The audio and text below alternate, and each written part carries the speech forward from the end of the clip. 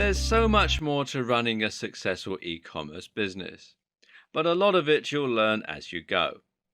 Hopefully, though, you're feeling inspired enough now to jump in and start giving it a go. This is a fantastic way to earn money online, and as we've seen, there are countless small tricks and techniques you can use to accelerate your sales and increase your earnings.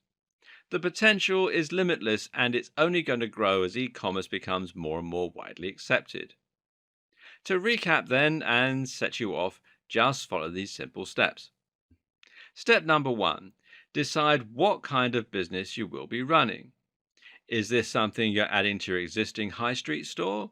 Or are you designing a store to run as a side business while you continue with your current employment?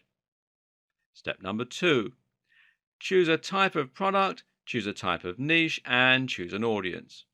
Think about how you'll create and procure your products, but also think about the amount of competition you'll face and the key phrases that you'll come up against. Step number three, create your website and add an e-commerce platform. Use WordPress and either WooCommerce or Shopify for the majority of scenarios.